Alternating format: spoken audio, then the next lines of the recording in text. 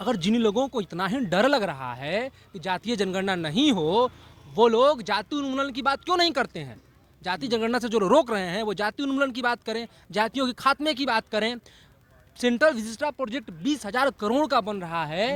उन आलिशान प्रधानमंत्री के रहने के लिए आलिशान बंगला बन रहा है। 9,000 करोड़ का प्लेन 9,000 करोड़ का प्लेन है। मूर्तियां बन रही हैं। 3,000 करोड़ सरदार पटेल की मूर्ति बन रही है। तो वहां इन लोगों को, इन संघियों को, आरएसएस के लोगों को, इन बीजेपी के लोगों को नहीं दिखता है कि वो पैसा शिक्षा के क्षेत्र में खर्च करना चाहिए। उल्टे उस शिक्षा के बजट से कटौती करके और वो तमाम मूर्तियों सेंट्रल विजिटा प्रोजेक्ट बनाया जा रहा है। इस देश के भीतर जब हजारों करोड़ों लोग शोषित हों, जिनका दमन हो रहा है, भूखे हैं, उनको भोजन नहीं मिल पा रहा है, इसी पटना के भीतर हजारों झोपड़ियां तोड़ी जा रही हैं। रोज बुलडोजर, ये बुलडोजर की भाजपा जदयू की सरकार, नीतीश कुमार भाजपा के बुलडोजर नीति को, बुलडोजर के प्लान को इसी बिहार के भीतर एग्जीक्यूट कर रहे हैं। ये तो विपक्ष की आंदोलन की जीत है कि नीतीश कुमार को भी जातीय जनगणना पर झुकना पड़ा। और नमस्ते, नाम केशव है हमारा और आप पब्लिक स्टेशन देख रहे हैं। पटना के गर्दनी बाग में है। पीछे टेंट देख लीजिए,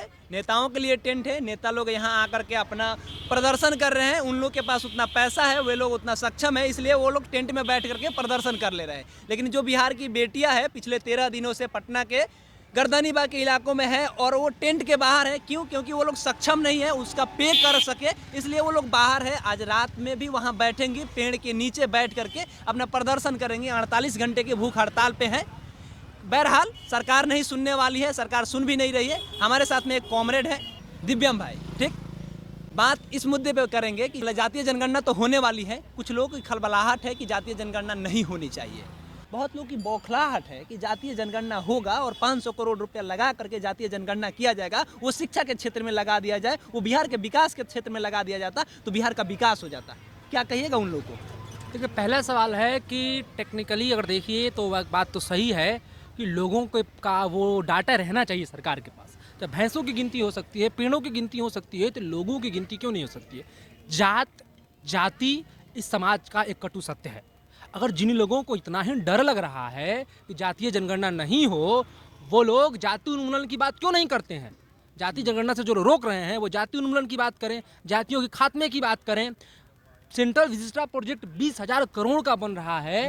उन आलिशान प्रधानमंत्री के रहने के लिए आलिशान बंगला बन रहा है। 9,000 करोड़ का प्लेन 9,000 करोड़ का प्लेन है। मूर्तियां बन रही हैं। 3,000 करोड़ सरदार पटेल की मूर्ति बन रही है। तो वहां इन लोगों को, इन संघियों को, आरएसएस के लोगों को, इन बीजेपी के लोगों को नहीं दिखता है कि वो पैसा शिक्षा के क्षेत्र में खर्च करना चाहिए।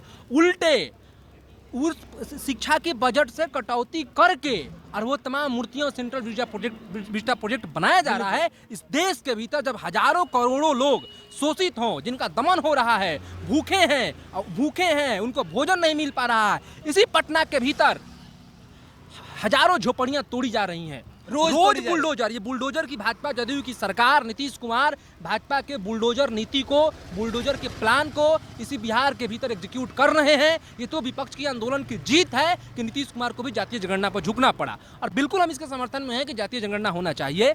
जातीय जनगणना के बाद जो अहम सवाल है कि लोगों की जो हिस्सेदारी का सवाल है, वो हिस्सेदारी भी मिलना चाहिए। लोगों को घर मिलना चाहिए और लोगों को जमीन मिलना चाहिए। ये आंकड़े में आना चाहिए कि बिहार के भीतर कितने लोग भूमिहीन हैं और हजारों एकड़ कौन लोग, किस जाति के लोग, कौन सामंती लोग हैं जो लोग हजारों एकड़ जमीन को दबा कर बैठे हुए हैं। तो जातीय जनगणना हो, लेकिन शिक्षा का जो उनका अधिकार है, भूमि का जो अधिकार है, वो भी मिले, तब जाकर के जातीय जनगणना और सफल होगा। दरअसल उन लोग का कहना है कि जब जातीय जनगणना हो जाएगी तो फिर लोग सड़कों पे आ जाएंगे और आरक्षण के लिए लड़ाई लड़ने लगेंगे। तो कुछ दिन तक जातीय जनगणना के लिए लड़े, अब आरक्षण के लिए लड़ेंगे, तो ऐसे करते करते कई साल लग जाएंगे। फिर विकास कैसे होगा?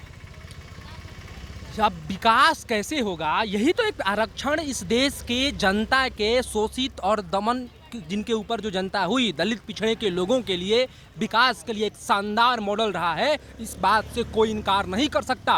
और जो लोग इनकार करते हैं उनको भी ये मानना चाहिए कि इस देश के भीतर आरक्षण एक ऐसा मॉडल है जिससे देश की जनता को, जो शोषित दलित अल्पसंख्यक पिछड़े लोग हैं, उनको उनका विकास हुआ है।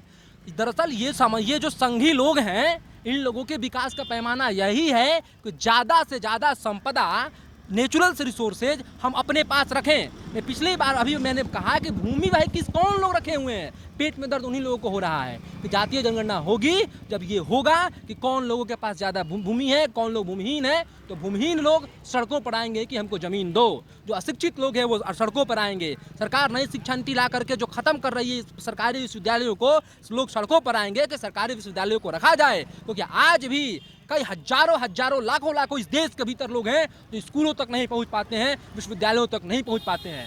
तो उनको विश्वविद्यालय तक पहुंचाने के लिए, उनको स्कूलों तक पहुंचाने के लिए, उनको सस्ती दवा देने के लिए, उनके न्यायालय में उनका प्रतिनिधित्व के लिए सब जातीय जनगणना और उनके हिस्से की बात बहुत जरूरी है। इसी सरकार जब से बीजेपी की सरकार आई है बिहार में और केंद्र में, तो 2014 के बाद लगातार आरक्षण को डाइल्यूट किया जा रहा है।